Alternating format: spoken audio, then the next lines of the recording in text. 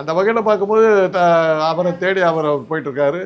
ஒருவேளை சொர்க்கங்கிறது உண்மையாக இருந்தால் அந்த இடத்துல நல்ல சினிமா தயாரித்து அவங்க போடலாம், 2 பேரும் இயக்கி போட்டாலும் போடலாம், சொல்ல முடியாது. அதை தான் சொன்னாங்க, எம்ஜிஆர் இறந்த பிறகு எம்ஜிஆருடைய செல்வாக்கு போயிடுச்சு அப்படிங்கிறதுக்கு அந்த அவசர போலீஸ் ஒன்று. ஃபுல் மூன் சேல் காலை 9 மணியிலிருந்து இரவு 12 மணி வரை ஜூன் 29 ஒரு நாள் மட்டும். என்னுடைய காதல் உங்களுடைய மனைவி ஆகலாம், உங்கள் மனைவி என்னுடைய காதலி ஆக முடியாது. இப்படிதான் பண்ண முடியும். அதில் அதை பார்த்துட்டு எம்ஜிஆர் நம்மளை கிண்டல் பண்ணி எடுத்திருக்காங்க. தமிழ் பெண்கள் வந்து ஒன்றுத்துக்குமே லாய்க்கு இல்லாத ஒரு மலையாளத்தான் முன்னாடி போகிறாங்க, நல்ல அறிவாளின்னு சொல்கிற டாக்டர் கலைஞரை எடுத்துக்கிட்டு நிற்கிறாங்கிறது அந்த படத்தை பற்றி. சரண்டராய பாக்யராஜரோட மனைவி அப்போ இறந்தாங்க, முதல் மனைவி. சுடுகாடு வரலும் போனார். கல்யாணத்துக்கு போய் 2ஆம் கல்யாணத்துக்கு போய் தலைமை வச்சு நின்றுக்கிட்டார். அன்னைக்கு வந்து அவருடைய அமைச்சர் வீட்டு திருமணம், மகளுடைய திருமணம், அதுக்கு போகாம அவருடைய தலைமையில் நடக்குது. அந்த திருமணத்துக்கே போகாம இதுக்கு போனார்.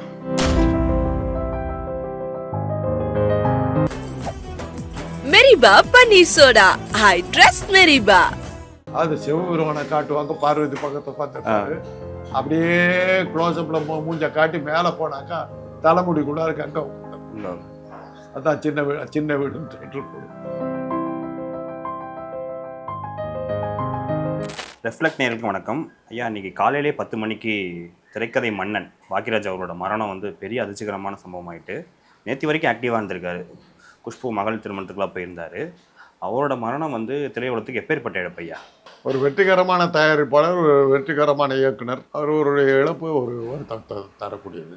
அதுக்கு மேலே வித்தியாசமான படங்கள்லாம் எடுத்தாருலாம் சொல்ல முடியாது. நல்ல டைரக்டர், நல்ல தயாரிப்பாளர்களுக்கு நஷ்டத்தை கொடுக்காத லாபகரமான ஒரு தயாரிப்பாளர், இயக்குனர், நல்ல விறுவிறுப்பான படங்களை எடுத்து, சுவாரஸ்யமான படங்களெல்லாம் எடுத்து கொடுத்தவர்.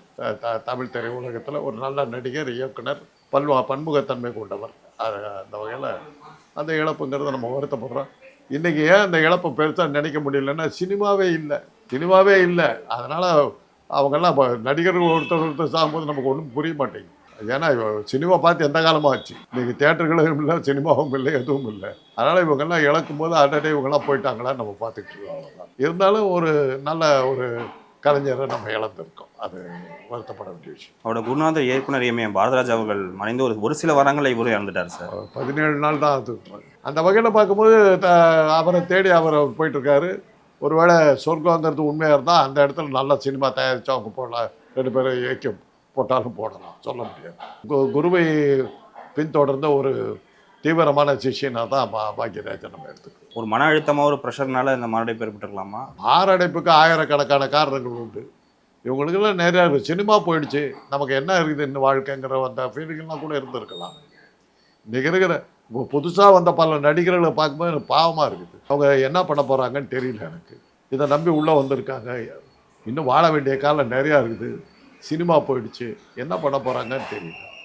அது சினிமாவுடைய இழப்பில் வந்து பெரிய பெரிய தொழில்கள்லாம் நமக்கு போயிடுச்சு. சொன்னோம்னாக்கா colour laboratory, full laboratories, colour laboratory போயிடுச்சு, கேமரா போயிடுச்சு, ப்ரொஜெக்டர் போயிடுச்சு, தியேட்டர் போயிடுச்சு, ஃபில்மு போயிடுச்சு. இதெல்லாம் பென்ட்ரைவில் போட்டு முடிச்சிட்றாங்க. ஒரு செல்ஃபோன் இருந்தால் போதும், ப்ரொஜெக்டர் தேவையில்லை. தியேட்டர் எங்கே இருக்குது? என்றைக்கு சீரியல் வந்து எல்லாம் சீரியலில் உட்காந்துட்டாங்க.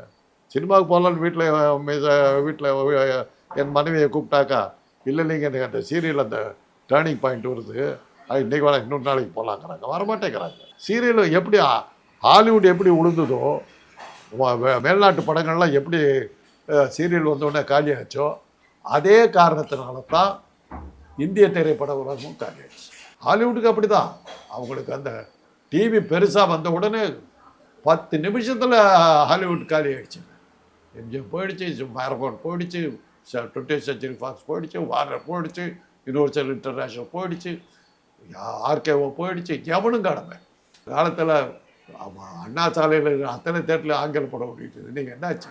தியேட்டர்களே இல்லை, சினிமாவும். அதனால் இவர் இழப்பு வருத்தமாக இருக்குது. ஒரு நல்ல கலைஞர் போயிருக்காரு, வருத்தம் தான் இருக்குது.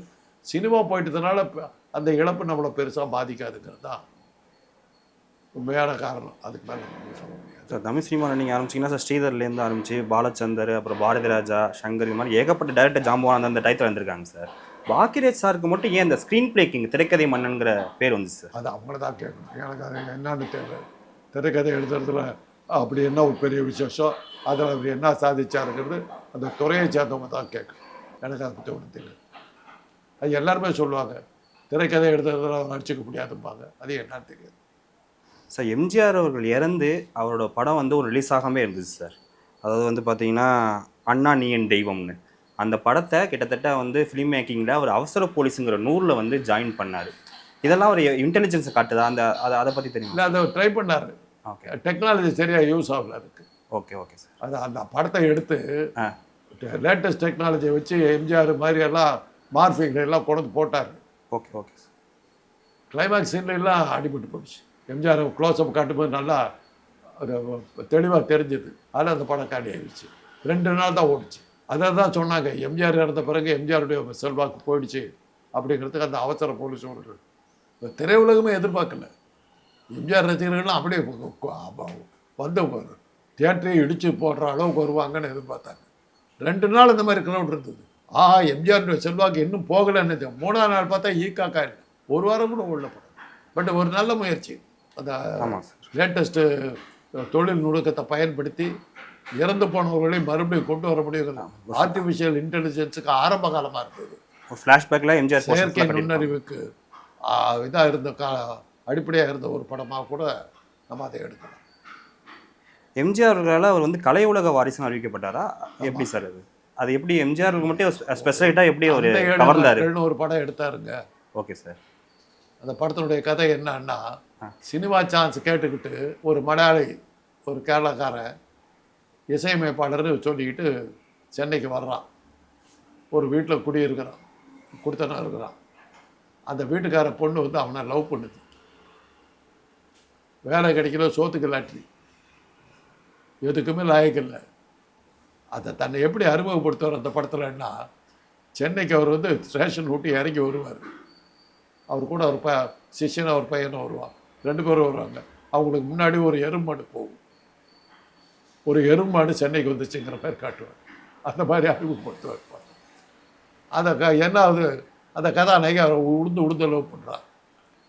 இவனுக்கு சோத்துக்கு லாட்ரி. அவன் எவ்வளோ சொல்கிறான், நான் ஒன்றுத்துக்குமே லாய்க்கல, என்னை விட்டுடு முடியாதுன்னு இது பண்ணுறான். அப்பாக்கா வந்து ஒரு டாக்டருக்கு அவளை கல்யாணம் பண்ணிக்கிறார். அவன் கல்யாணம் ஆனதுக்கப்புறமும் அவன் வந்து இவரையே நினைக்கிறான். அதுக்கப்புறம் அந்த கிளைமேக்ஸில் ஒரு கிளைமேக்ஸை பிரமாதமாக முடிப்பார். என்னுடைய காதல் உங்களுடைய மனைவி ஆகலாம், உங்கள் மனைவி என்னுடைய காதலி ஆக முடியாதுன்னு. அப்படி தான் படம் முடியும். அதில் அதை பார்த்துட்டு எம்ஜிஆர் நம்மளை கிண்டல் பண்ணி எடுத்திருக்காங்க. தமிழ் பெண்கள் வந்து ஒன்றுத்துக்குமே லாய்க்கில்லாத ஒரு மலையாளத்தான் முன்னாடி போகிறாங்க. நல்ல அறிவாளின்னு சொல்கிற டாக்டர் கலைஞரை எடுத்துக்கிட்டு நிற்கிறாங்கிறது தான் அந்த படத்தை பற்றி. படம் எப்படிடா ஓடுதுன்னாங்க, சூப்பர் ஹிட்டு. பயந்துட்டார். அந்த 7 நாட்கள் தானே சார் சொல்கிறேன். அந்த பயந்துட்டார். உடனே என்ன பண்ணார், அவருக்கு தெரிஞ்ச ஒரு டெக்னிக்கு, பாக்யராஜனுடைய சினிமா வாரிசுட்டார், சரண்டர் ஆக்டர். அந்த வேலையை எப்பவுமே அந்த மாதிரி செய்வார். உடனே சரண்டர் ஆக்டர். சரண்டர் ஆகி பாக்யராஜனுடைய மனைவி அப்போ இறந்தாங்க, முதல் மனைவி. சுடுகாடு வரலும் போனார். கல்யாணத்துக்கு போய் 2ஆம் கல்யாணத்துக்கு போய் தலைமை வச்சு நின்றுக்கிட்டார். அன்னைக்கு வந்து அவருடைய அமைச்சர் வீட்டு திருமணம், மகளுடைய திருமணம், அதுக்கு போகாமல் அவருடைய தலைமையில் நடக்குது. அந்த திருமணத்துக்கே போகாமல் இதுக்கு போனார். அந்த அளவுக்கு பாக்யராஜா கண்டு பயந்தார். அதுக்கு தகுந்த மாதிரி இவர் அவர் பதவியில் இருக்காருங்கிறதுக்காக இவரும் பயந்த மாதிரி நடிச்சுவிட்டு அவருக்கு இதான உடனே திமுகவில் போய் ஜாயின் பண்ணிட்டார். எம்ஜிஆர் வீடு இருக்கிறப்ப அதிமுகவில் ஜாயின் பண்ணலையா சார் அவர்? அதிமுக ஆதரவாக இருக்கிற மாதிரி காட்டிட்டு ஓகே இறந்த உடனே திமுக போட்டார். ஆனால் திமுகவில் இருந்தால் அப்புறம் அரசியல் சரியாக வரலன்னு விட்டார். ஆனால் இதெல்லாம் அவருடைய அப்புறம் பாக்யான்னு ஒரு பத்திரிகை நடத்தினார். அது சரியாக போகலை, அதுலேயும் ஃபெயிலியர் ஆனார். கடைசியாக அவர் வந்து வேட்டியை மடித்து கட்டு இந்த மாதிரி படங்கள்லாம் எடுத்தார், நல்லா சரியாக ஆவார். அந்த ஸ்டைல் முடிஞ்சு போச்சு.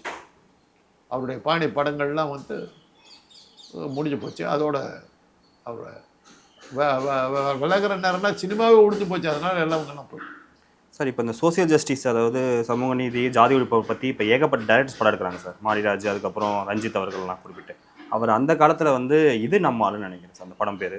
கிட்டத்தட்ட அவர் ஒரு தலித் இளைஞராக நடிச்சிருப்பாரு. சோபனா ஈர்விட்டு பேர் நடிச்சிருப்பாங்க. கிட்டத்தட்ட ஒரு கலப்பு காதல் திருமணம் வரை கூடி நிறைய இந்த பிராமண சமுதாயத்துக்கு எதிரான நிறைய வசனங்களை வச்சிருப்பாரு அவர். அந்த டயத்தில் ஒரு பெரிய வைப்ரேஷன் ஏற்படுத்திச்சா சார் அந்த படம்? இல்லை, அதுக்கு வந்து வசனம் எழுதுனது பாலகுமாரன் ஒரு பிராமின். ஓ, அதில் எவனும் ஒன்றும் பண்ண முடியல, பேச மாட்டார். அதில் ஒன்றும் ஆன்டி பிராமினா ஒன்றும் பெருசாக இருக்கல. நான் வந்து ஒரு பிராமணன் நான் நடித்து மாட்டிக்குவான். ஆமாம், அதான் கதாநாயகன் இது. அதனால் அது வந்து ஆன்டி பிராமினா இல்லை. அதனால் அது எதிர்பார்த்த அளவுக்கு பெரிய அதிர்வுகள் எல்லாம் ஒன்று உண்டாக்குது. கலைஞர் அதுக்கு விழாவெல்லாம் எடுத்தார். திரைப்படத்தில் டைட்டில் சீனே வரும் சார். அதாவது சிவனை காட்டுவாங்க சார். அதுக்கப்புறமேட்டு வந்து வீடுங்கிற படம் சின்ன பார்வதியை காட்டுவாங்க. பெரிய கட்டணத்துக்கு ஆளாச்சு. கங்காதேவியை காட்டுவாங்க சின்ன வீடுன்னு சொன்னோன்னே. அது இப்போல்லாம் இந்த படம் வந்திருந்தாலும் இப்போ உள்ள இந்து அமைப்பு நிறைய போராட்டி உள்ள தள்ளிட்டு குண்டாசில் உள்ள போட்டுருப்பாங்க. அப்போ அது இஷ்யூ ஆச்சா சார்? அது அப்போ இஷ்யூ ஆகலை. ஆனால் பத்திரிகைகளில் கிண்டல் பண்ண பெரிய கட்டணத்துக்கு. ஓ, அது சிவபெருமானை காட்டுவாங்க, பார்வதி பக்கத்தை உட்காந்துருப்பாரு. அப்படியே க்ளோஸ்அப்பில் மூஞ்ச காட்டி மேலே போனாக்கா தலைமுடிக்குள்ளார கங்கை உட்காந்து. அதான் சின்ன வீடுன்னு டைட்டில் போடும்.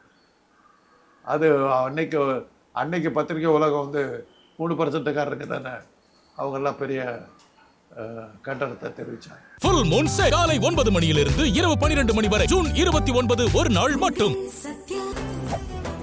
மெரிபா பன்னீர் சோடா. I trust மெரிபா.